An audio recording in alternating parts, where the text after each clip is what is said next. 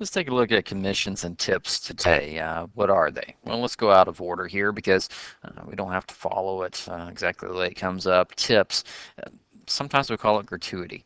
Okay, but all it is the money that you leave on the table or that you add onto the bill if you pay with a credit card or debit card, and it's got the little spot for the tip, and you write that in like an extra $5, $6, $7, $8, whatever it may be.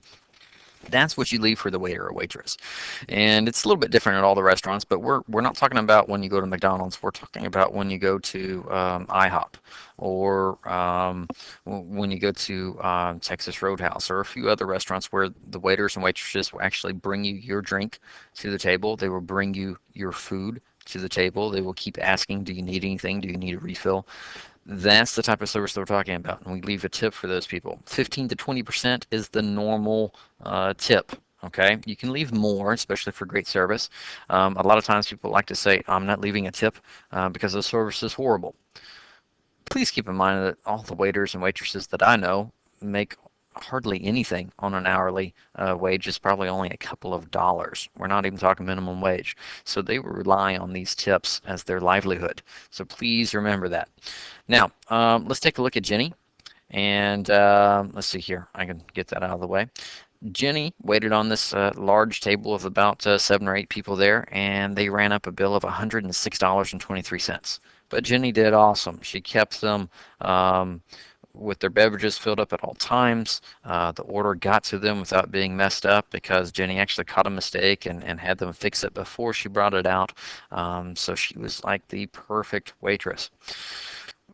The people there at the table realized this. They thought, man, it's been a really nice meal. Let's leave her a nice tip. Let's not just leave 15 or 20%. Let's give her 25%. And they said, well, what is 25% of $106?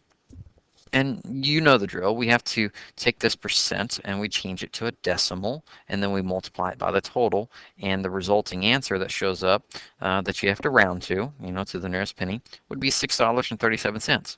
So Jenny's tip would be $6.37. So if that's what the question was, it's like Jenny waited on a table, here's what the bill was, and they left her a 25% tip. What was Jenny's tip? $6.37.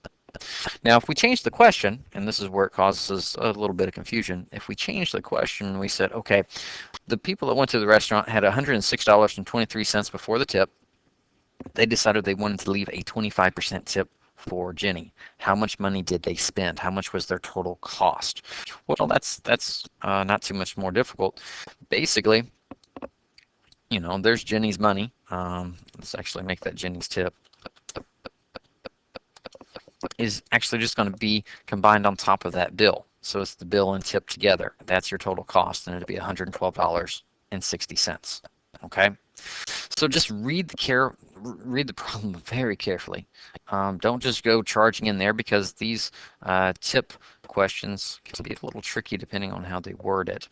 And once we get a little deeper into percents, I'll be able to show you an even trickier question that can be thrown at you.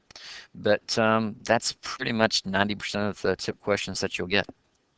Now, what on earth are commissions? Let me cover up Leon down there. Save him for a little bit later. Commissions. Basically, it's like you're a salesman. Okay, you're going out for a company, and you're going to sell their product. It's not like you're going out and selling your car, because if you sold your car, you'd be able to keep all the money. But let's just say that you worked for a place. Let's just say that you're a real estate agent. You're not going to sell your house. You're going to sell somebody else's house for them. So I've got a good friend that's a real estate agent. She's sold one of my houses and for me, and let me be able to buy 2 houses at this point in my life, and I hope I'm done moving because it's a horrible experience packing everything up. But this is how she got paid. She went out, found a buyer for our house, our first house, sold it, and she gave us her commission rate. And let's just say it was 5%. If the house sold for $100,000, her 5% commission of that $100,000 house would be $5,000. And that sounds like an awful lot of money, right? Well, the issue is with real estate agents is you're not making a sale every day, most likely. So you're working really hard, sometimes weeks and months on end to try and sell this one house, but then at the end you see this big payday. Hopefully, you hope. Um, and so that's what's happening. And real estate agents, they have different deals, they have different percentages that they can charge their customers. So I'm just using that as an example, okay? And that's pretty straightforward. So another thing is that you could have a car salesman, would work on a commission. What if you worked at a telephone company? You call somebody up and go, "Hi, would you like to buy a magazine?" They might give them a commission. It's not always a percent. It could be, "Hey, for every magazine subscription that you sell, we're going to give you $2." Oh, gee, thanks, boss. That's a great deal. Not really. So it doesn't have to be percent, but for the majority of math questions that involve commission, it's almost always a percentage, and it's given to you in the problem. So let's take a look at Dear Leon. Okay, let's just get that off there. Leon gets 4% for each vehicle that he sells. And let's actually make this a little bit bigger so you can see it. Yeah, those are some beautiful cars that we have right there. Well, anyway, Leon gets 4% for each car that he sells, the sales price. Okay. When I was a used car salesman, that's is not how it worked. We actually just got like, "Hey, for your first car, we're going to give you 75 bucks. And after you sold 5 cars, we'll start giving you 100 bucks for each one, and we'll give you a certain amount for each hour you stay on the lot." That's how it used to be for me. Used car salesmen have a bad rep a lot of times, saying that they're going to try and cheat you. They're going to try and sell you a car that's going to fall apart. Mm, all the quality used car salesmen that I worked with always had a reputation for honesty because nobody wants to come back and be ripped off. So it's kind of a stereotype that's not true, but let's have a little bit of fun with it. As you can tell, Leon is just a perfect car salesman. And let's take a look at what he sold on one day and figure out how much money he made. Um, First off, he sold a beautiful Chrysler PT Cruiser for $3,900. We're not going to talk about how much it's worth and what it should have been sold for. He sold it for $3,900, so he got 4% of $3,900. Then he turned right around and sold a $1,200 beautiful Chevy Nova. Pretty sure it's a Chevy Nova. It's kind of hard to see in the picture. That thing is probably only worth $400, but he sweet talked this customer up to $1,200, and they walked away happy, thinking they got the buy of a lifetime. But Leon was not yet done because he said, "You know what? 4% of that is not going to pay the bills." So he found a sweet little old grandma in Pasadena, California that needed a snowplow truck, a Ford F-250 diesel with, let's see, 1992, and he charged her $7,300 for it because, you always need a snowplow in California, right? So how do we go about doing this? He gets 4% of each one. If it was me, I would figure out how much he sold altogether and then found out 4% of that amount. Rather than figuring out, hey, what's 4% of 3,900, 4% of 1,200, and 4% of 7,300 and adding all of those commissions up, let's just go total them up into one amount. Well, pull out your calculator and you'll see that he sold a total of $12,400 worth of cars and trucks that day, or today, because we're assuming it's today. Um, how do we figure out what happens next?